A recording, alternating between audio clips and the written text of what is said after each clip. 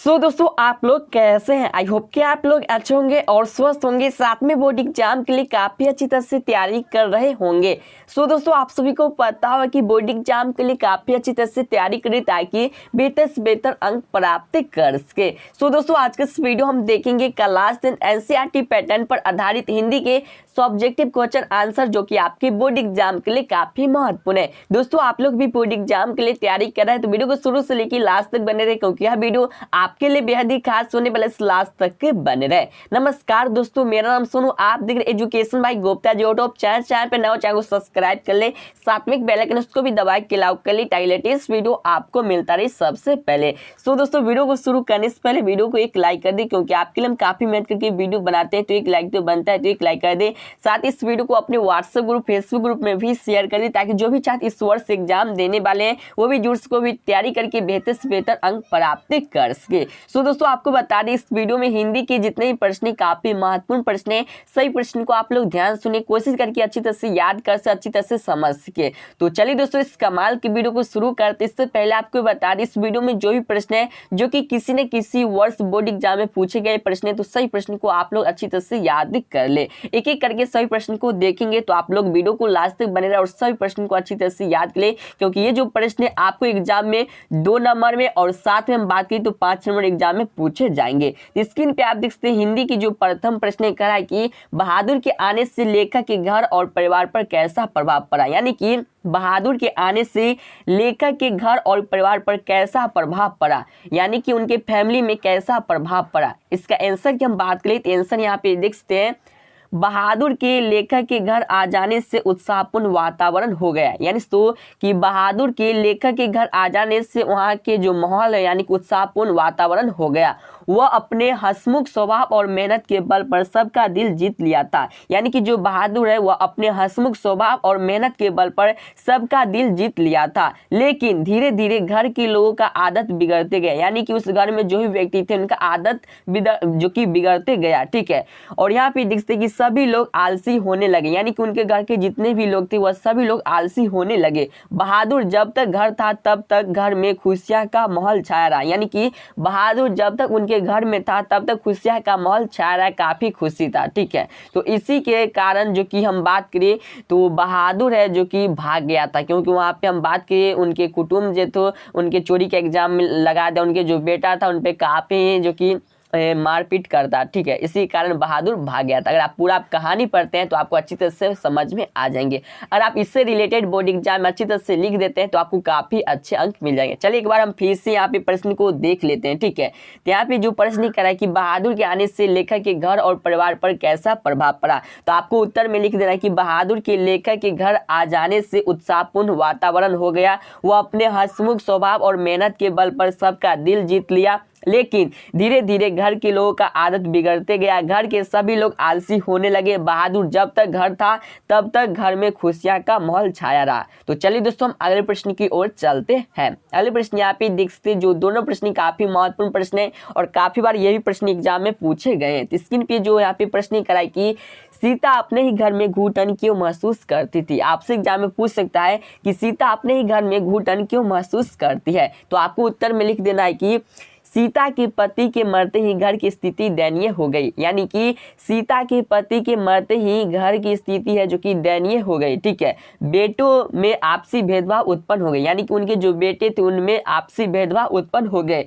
वे केवल अपनी पत्नी और संतान में ही जो कि सिमटते गए। यानी कि वे जो उनके बेटे थे वो अपने पत्नी और संतान में ही जो कि जुड़े रहते थे। ठीक है, बहुओं की कड़वी बातें सीता को चुभती थी। यानी कि हम बात करें सीता की जो बहू थी उन बहू है जो कि काफी कड़वी बात करती थी, जिससे सीता को दिल में चुभती थी कांटा की तरह। सीता अपने ही संतान से दूर हो जा रही है। यानी कि सीता है जो कि अपने ही संतान अपने ही पुत्र से दूर हो जा रही है। ठीक है, वो अपने मन की बात किसी से कह भी नहीं सकती। यही कारण है कि सीता अपने ही घर में घुटन महसूस करती है। यानी दोस्तों सीता घर में घुटन क्यों महसूस करती है, तो यही यही सब कारण है जिसके कारण सीता है जो कि अपने घर में घुटन महसूस करती है। एक बार फिर से इसे हम देख लेते हैं क्योंकि आप सभी को अच्छी तरह से समझ में आ सके। प्रश्न यहाँ पे कि सीता अपने ही घर में घुटन क्यों महसूस करती है, तो आपको लिख देना है कि सीता के पति के मरते ही घर की स्थिति दयनीय हो गई, बेटे आपसी भेदभाव उत्पन्न हो गए, वे केवल अपनी पत्नी और संतान में ही जो कि जुड़े रहते थे और बहुओं की कड़वी बातें सीता को चुभती रहती थी। सीता अपने ही संतान से दूर होती जा रही थी और वह अपने मन की बात किसी से कह भी नहीं सकती थी। यही कारण है कि सीता अपने ही घर में घुटन महसूस करती थी। अगले प्रश्न यहाँ पे देखते तीनों प्रश्न है जो कि काफी महत्वपूर्ण प्रश्न है। कराए कि यहाँ पे ठीक है टाइपिंग करने में थोड़ा गलती हो गया है, ठीक है यहाँ पे नगरी लिखा गया है, ठीक है लेकिन नागरी लिपि होगा, ठीक है। यानी कह रहा है कि यहाँ पे नागरी लिपि कब एक सावदेशिक लिपि थी, यानी कि नागरी लिपि कब एक सावदेशिक लिपि थी। इसका राइट आंसर हम बात करें, इसका जो सही आंसर होगा यहाँ पे देख सकते हैं कि 8वीं से 11वीं सदी में हम नागरी लिपि को पूरे देश में व्यापक देखते हैं। उस समय यह एक सावदेशिक लिपि था। देश में नागरी लिपि के बहुत सारे लेख मिलते हैं, अतः इस नागरी लिपि के उदय के साथ भारतीय इतिहास व संस्कृत का एक नया युग शुरू हुआ। यानी दोस्तों हम बात करें तो नागरी लिपि कब एक शाब्दिक लिपि हुआ, तो 8वीं से 11वीं सदी में वह एक शाब्दिक लिपि हुआ। पूरे देश में व्यापक देखते हैं, उस समय एक शाब्दिक लिपि था। देश में नागरी लिपि के बहुत सारे लेख मिलते हैं, अतः इस नागरी लिपि के उदय के साथ भारतीय इतिहास व संस्कृत का एक नया युग शुरू हुआ। अगले प्रश्न यहाँ पे देखते हैं, जो चारों प्रश्न काफी महत्वपूर्ण प्रश्न है और ये प्रश्न आपको एग्जाम में 5 नंबर में पूछे जाते हैं। अगर आप ये लिख के आते हैं तो आपको काफी अच्छे अंक मिलेंगे। स्क्रीन पे जो प्रश्न करा है कि माँ मंगू को अस्पताल में क्यों नहीं भर्ती करना चाहती है, यानी तो माँ है जो कि मंगू को अस्पताल में क्यों भर्ती करनी नहीं चाहती, इसका कारण क्या है। तो आपको आंसर में लिख देना है कि माँ अस्पताल की व्यवस्था से मन ही मन में कांप जाती है, यानी कि माँ है जो कि अस्पताल की व्यवस्था देखकर मन ही मन कांप जाते हैं, यानी कि अस्पताल की जो व्यवस्था है अच्छी नहीं है, ठीक ठाक नहीं है, ठीक है। वह अस्पताल को जानवर का गौशाला के रूप में समझते हैं, यानी कि जो माँ है वह अस्पताल को जानवर का गौशाला के रूप में समझती है। मंगू जन्म से ही पागल थी, यानी कि मंगू जो थी वह जन्म से ही पागल थी, वह बिस्तर पर ही पैखाना और पेशाब कर देती थी। माँ को विश्वास था कि अस्पताल के डॉक्टर और नर्स आदि सभी अपना कर्म ही पूरा करेंगे, बिस्तर भीगने पर कौन उसके कपड़े और बिस्तर बदलेगा। माँ के मन में इसी प्रकार के सवाल उठते रहे थे, यानी कि तरह तरह के प्रश्न आते रहे, ठीक है। उसके बाद यहाँ पे देखते इन्हीं कारणों से माँ मंगू को अस्पताल में भर्ती नहीं करनी चाहती थी। यानी कि हम बात करें माँ मंगू को अस्पताल में भर्ती क्यों नहीं करनी चाहती थी, यही सब कारण है, ठीक है। हम बात करें माँ को वहाँ के जो अस्पताल है उसमें जो कि अच्छा कोई भी दिखने को मिल नहीं रहा था, यानी कि वह जिसे सौंपता वह कोई अच्छा व्यक्ति नहीं मिला था। यानी कि हम बात करें अस्पताल की जो स्थिति थी वह भी काफ़ी बेकार थी, यानी कि उनका वहाँ का व्यवस्था भी अच्छा नहीं थी, ठीक है। और मंगू जन्म से ही पागल थी, ठीक है। वो बिस्तर पर ही हम बात करें तो पैखाना पेशाब कर देती थी और माँ सोचती कि डॉक्टर ये सब नहीं कर पाएगा, ठीक है। तो इसीलिए जो कि वह भर्ती करनी नहीं चाहती। एक बार फिर से आप इसे सुन लीजिए। यहाँ पे देखते कि माँ मंगू को अस्पताल में क्यों नहीं भर्ती करनी चाहती थी, तो आंसर में आपको लिखना है माँ अस्पताल की व्यवस्था से मन ही मन में कांप जाती है। वह अस्पताल को जानवर का गौशाला के रूप में समझती है। मंगू जन्म से ही पागल था, वह बिस्तर पर ही पैखाना और पेशाब कर देती थी। माँ को विश्वास था कि अस्पताल के डॉक्टर और नर्स आदि सभी अपना कर्म ही पूरा करेंगे, यानी कि अपना काम ही पूरा करेंगे, बिस्तर भीगने पर कौन उसके कपड़े और बिस्तर बदलेगा। माँ के मन में इसी प्रकार के तरह तरह के प्रश्न उठते थे, उन्हीं के कारण माँ ने मंगू को अस्पताल में भर्ती नहीं की थी, ठीक है। ये अगर आप लिख के आते हैं तो आपको 5 नंबर अवश्य मिल जाएगा। अगले प्रश्न यहाँ पे देख सकते हैं, जो प्रश्न काफी महत्वपूर्ण प्रश्न है। कह रहा है कि सेन साहब खोखा में कैसी संभावनाएं देखते थे, यानी कि सेन साहब है जो कि अपनी बेटे यानी कि खोखा में कैसी संभावनाएं देखती थी। तो आंसर में आपको लिखना है कि सेन साहब दंपत्ति को खोखा में इंजीनियर बनाने की संभावनाएं दिखाई देती थी, यानी कि जो सेन साहब थे वो अपने बेटे यानी कि खोखा में एक किस प्रकार की संभावनाएं देखती थी, तो इंजीनियर बनाने की संभावनाएं देखती थी। सेन साहब को अपने नस्ल और खून पर गुमान था, यानी कि सेन साहब के अपने नस्ल और खून यानी कि उनके जो बेटे थे उस पर काफ़ी गुमान था। सेन साहेब की सोच थी कि कारखाने की बढ़ई मिस्त्री घर पर आकर 1 से 2 घंटे तक उसके साथ कुछ ठीक ठोक ठाक करे तो खोखा की उंगलियां आज से ही औजार से वाकिफ रहेगी। यानी कि सेन साहब चाहते थे कि जो यहाँ पे बढ़ई मिस्त्री होता हुआ उनके घर पे आके 1 से 2 घंटा ठोक ठाक करे। इससे क्या हुआ, खोखा मतलब कि जान सका कि ये कौन सा मशीन है, ये कौन सा मशीन है और इससे कैसे इससे काम होता है। ठीक है, तो अगर आप ये लिख के आते हैं तो आपको ये भी में काफ़ी अच्छे अंक मिल जाएंगे। क्योंकि हम बात करें यहाँ पे जो प्रश्न कराई कि सेन साहब खोखा में कैसी संभावनाएं देखते थे। सेन साहब दम पटनी को खोखा में इंजीनियर बनाने की संभावनाएं देखती थी और सेन साहब को अपने नस्ल और खून पर गुमान था। सेन साहब की सोच थी कि कारखाने की बढ़ई मिस्त्री घर पर आकर 1 से 2 घंटे तक उसके साथ कुछ ठोक पीट करेगा तो खोखा की उंगलियां आज से ही औजार से वाकिफ रहेगी। अगले प्रश्न यहाँ पे देख सकते, जो 6 नंबर प्रश्न काफी महत्वपूर्ण प्रश्न। इससे पहले आपको बता दें, अभी तक आप लोग वीडियो को लाइक नहीं किया तो वीडियो को एक लाइक कर दे, साथ ही इस वीडियो को अपने व्हाट्सएप ग्रुप फेसबुक ग्रुप में भी शेयर कर दे ताकि और भी छात्र को भी तैयारी करके बेहतर से बेहतर अंक प्राप्ति कर सके। इससे पहले का वीडियो आप लोग नहीं देखे हैं तो वीडियो के नीचे लिखे या चाहे प्ले लिस्ट में आपको बहुत सारे वीडियो मिल जाएगा, वहां से देखिए सभी प्रश्न को अच्छी तरह से याद कर ले। सो दोस्तों, आप लोग चैनल पे चैनल को सब्सक्राइब कर ले, साथ में बेल आइकन उसको भी दबाए के लाओ कर ले ताकि लेटेस्ट वीडियो आपको मिलता रहे सबसे पहले।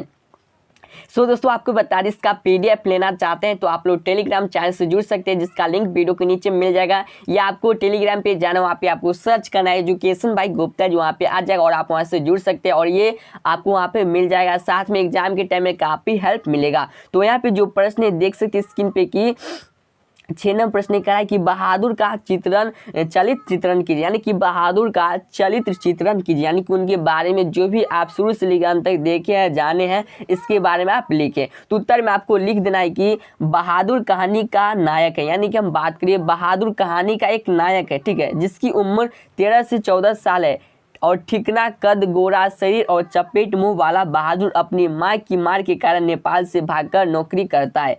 ठीक है, अपने काम में चुस्त दुरुस्त और फुर्तीला है। मार खाकर दुखी तो होता है किंतु फिर भी उसे भूलकर काम पर लग जाता है। उसमें मानवीय भावनाएं हैं। मालकिन निर्मला की सेहत का ख्याल रखता है। वो अपने में खुश रहता है। ठीक है, और रात में सोने से पहले धीरे धीरे गीत जो कि गुनगुनाता है। सबसे बड़ी बात, बहादुर ईमानदार था। जब उस पे चोरी का झूठा आरोप लगा है तो वह सहन नहीं कर पाता है और काम छोड़ कर चला जाता है। यानी कि हम बात करें तो पूरे जीवनी यानी कि पूरे कहानी में से एक निचोड़ यहाँ पे निकल गया बहादुर के बारे में। ठीक है, तो आपको एक बार फिर से यहाँ पे सुन लेना है। ठीक है, यहाँ पे दिखता है कि बहादुर कहानी का एक नायक है जिसका उम्र 13 से 14 साल है और ठिकना गोरा शरीर और चपेट मुंह वाला बहादुर अपनी माँ की मार के कारण नेपाल से भागकर नौकरी करता है। यानी कि माँ की मार के कारण जो कि नेपाल से जो कि भागकर अपनी नौकरी करता है। ठीक है, उसके बाद यहाँ पे देख से बता दिया कि अपने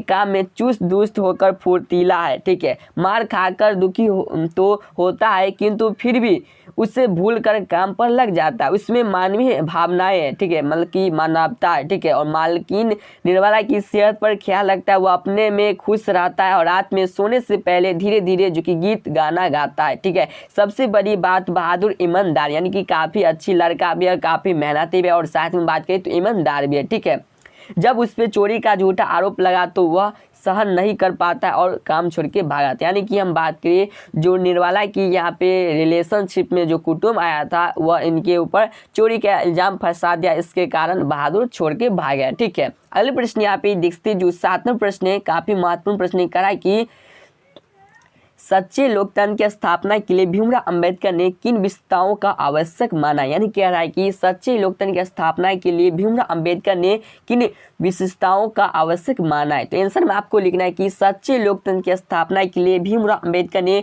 स्वतंत्रता, समानता और बंधुत्व पर आधारित समाज को आवश्यक माना है। ऐसे समाज में सबके हित की रक्षा होनी चाहिए। उनका ख्याल है कि दूध पानी के मिश्रण की तरह भाईचारा होनी चाहिए, तभी हम सच्चे लोकतंत्र की स्थापना कर पाएंगे। यानी इसको हम बात करें तो सच्चे लोकतंत्र की स्थापना के लिए भीमराव अंबेडकर ने किन किन जो कि विशेषताओं का आवश्यक माना है। तो सच्चे लोकतंत्र की स्थापना के लिए भीमराव अंबेडकर ने स्वतंत्रता, समानता और बंधुत्व पर आधारित समाज को आवश्यक माना। ऐसे समाज में सबके हित की रक्षा होनी चाहिए। उनका ख्याल है कि दूध और पानी के मिश्रण की तरह भाईचारा होना चाहिए, ठीक है, तभी हम सच्चे लोकतंत्र की स्थापना कर पाएंगे। यानी कि उन चाहते हैं कि सभी का जो एकता हो, एक समान हो, सभी का जो देख रेख हो एक समान हो, किसी को सभी को एक मतलब कि आंख से देखा जाए, यह नहीं कि हम इससे ये कम देखते इससे ज़्यादा देखते, ठीक है, ये सब नहीं। और जो उनका दोस्ती हो या जो भी हो, मतलब कि दूध और पानी मिश्रण की तरह होना चाहिए, यानी कि उनका भाईचारा, ठीक है, तभी हम